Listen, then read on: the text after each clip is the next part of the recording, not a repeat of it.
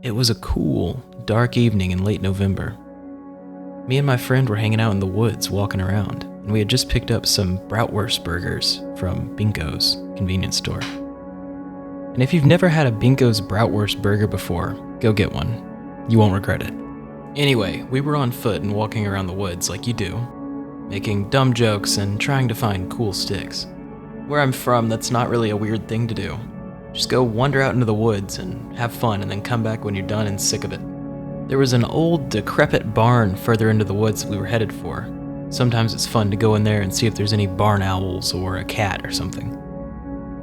I know this sounds lame, but trust me, this was all there was to do. So we're walking along. It's pretty dark. It gets dark at like 5 o'clock. And we're not really worried about nothing. We're two big, strong guys. We can handle anything that comes our way. There were rumors out in the woods of some mysterious hobo encampments that could potentially be dangerous, but we never actually saw it, usually just the bags they left behind. As we keep going, talking and munching and kicking things, we start hearing a voice coming through. There's somebody up ahead talking, and they're talking pretty loud, and it starts coming through the trees to us, and we're like, what? Because we're way behind the Bincos, and there's nothing but undeveloped land for miles and miles. Nobody is usually out there. Ever curious, we keep moving forward. We want to find out who's talking. We walk forward for a minute or two, and then we come up to a clearing. And so just standing out there in the woods talking is Bill Wachinski with the Channel 5 news team. Just out in the woods. So instantly I sort of think, oh, a murder happened in the woods, like somebody died and they're reporting on it. That's pretty freaky, we better go. But then we start listening a bit closer and we hear what they're actually talking about. That's right. Tonight is the night of the Great Turkey Hunt, one of our town's oldest traditions. The Great Turkey is out in these very woods tonight, and only tonight.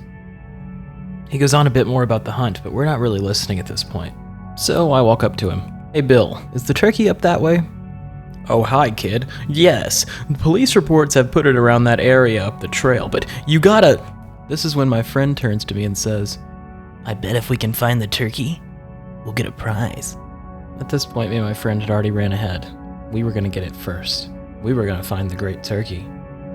And as we're moving ahead, I try to remember the Great Turkey. I don't remember this at all, and it kinda sounds dumb as hell. So I ask my friend Ron, I'm like, hey, do you remember the Great Turkey? Did your parents ever tell you about this? And we both quickly start to realize that this is not something that's ever been said around us. We do a quick Google search and basically nothing pops up either. Right before I'm about to wonder aloud if this is safe, we hear a...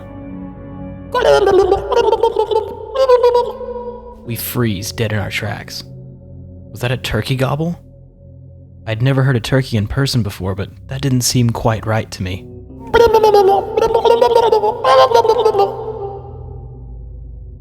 The noise was getting louder the further we walked.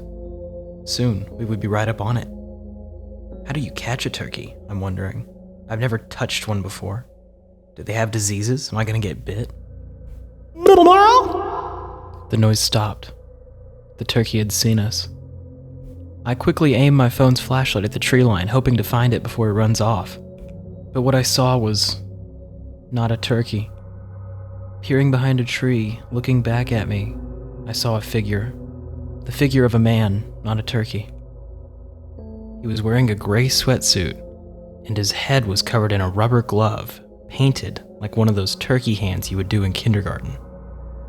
I could see the empty fingers of the glove flapping in the wind feverishly as he stared me down. We were frozen with fear. It was then that I realized that the Great Turkey Hunt was not our hunt. It was a hunt for us. The Great Turkey wasn't the hunted. He was the hunter. And then we booked it out of there. We ran so fast back through the woods to the Bincos that I threw up and my friend tore a hamstring. Whatever footage Channel 5 shot for the event and whatever their story about it was, it never made it to the air. The news van was found flipped and all occupants deemed missing by the police. Although it was later found that the entire news crew was in debt to the local mime association, and we all know what that means. And I still have never heard anything more about this event. No other mentions of the Great Turkey Hunt. And as for me, I always carry turkey repellent around in my car, and I'm not a big fan of Thanksgiving dinner anymore.